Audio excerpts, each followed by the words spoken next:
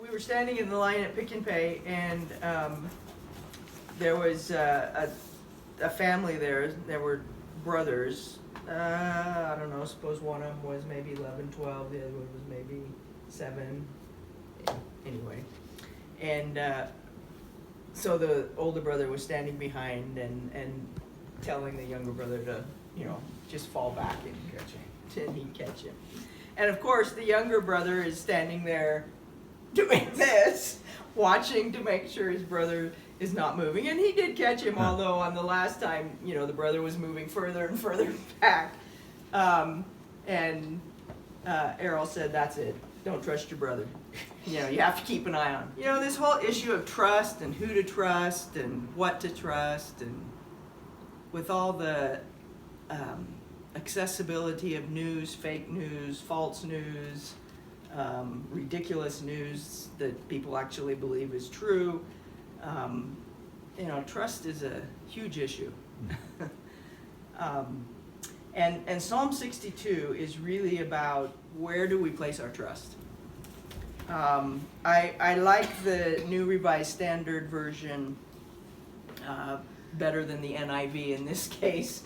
So I'm going to read it from the New Revised, and then we're going to talk about a few things here. So Psalm 62, for God alone my soul waits in silence. From him comes my salvation. He alone is my rock and my salvation, my fortress. I shall never be shaken. How long will you assail a person? Will you batter your victim, all of you, as you would a leaning wall or a tottering fence? Their only plan is to bring down a person of prominence. They take pleasure in falsehood. They bless with their mouths, but inwardly they curse. For God alone my soul waits in silence, for my hope is from him.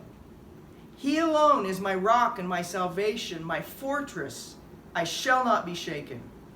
On God rests my deliverance and my honor. My mighty rock, my refuge is in God. Trust in him at all times, O people. Pour out your heart before him. God is a refuge for us.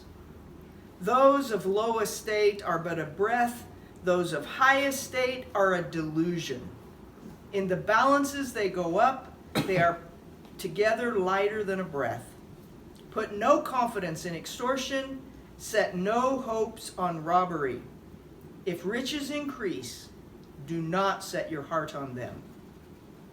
Once God has spoken, twice have I heard this, that power belongs to God, and steadfast love belongs to you, O Lord.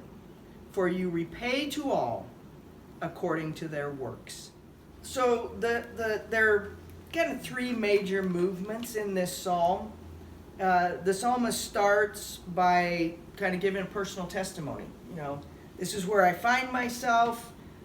He starts out with this note of confidence, and perhaps he says this because it's like, I've said my prayers. I've said all I can say. What else is there to say? What else can I say? So, for God alone, my soul waits in silence. And the context of this is that he has kind of felt himself under attack.